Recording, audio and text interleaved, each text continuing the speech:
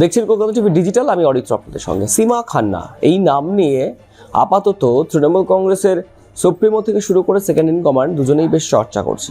কিন্তু কে এই সীমা খান্না, কি তার পরিচয়, কেন মমতা বন্দ্যোপাধ্যায় থেকে অভিষেক বন্দ্যোপাধ্যায় দুজনের গলাতেই শোনা যাচ্ছে সীমা খান্নার নাম, বলবো এই ভিডিওতে। সীমা খান্নাকে নিয়ে তোলপাড় শুরু হয়েছে বাংলার রাজনীতি। অভিষেক বন্দ্যোপাধ্যায়ের ইঙ্গিতের পর দিল্লিতে দাঁড়িয়ে সরাসরি মমতা বন্দ্যোপাধ্যায় এই মহিলার দিয়ে নাম বাদ দেওয়ার অভিযোগ তুললেন। কিন্তু এই মহিলা কে? তৃণমূল কংগ্রেসের সর্বভারতীয় সাধারণ সম্পাদক অভিষেক বন্দ্যোপাধ্যায়ের মুখে আগেই শোনা গিয়েছিল এই সীমা খান্নার নাম।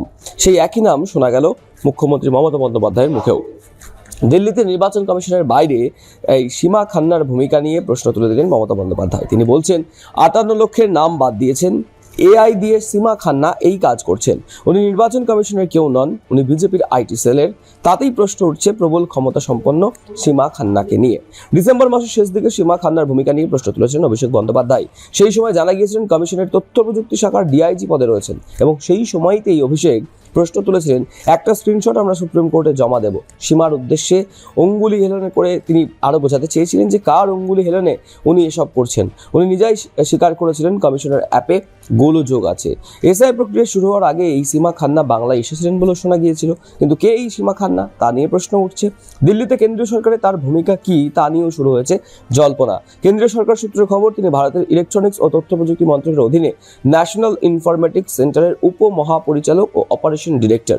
তিনি একটি বিশিষ্ট পেশাদার ব্যক্তিত্ব, 25 বছরের বেশি এই কাজে তার অভিজ্ঞতা রয়েছে।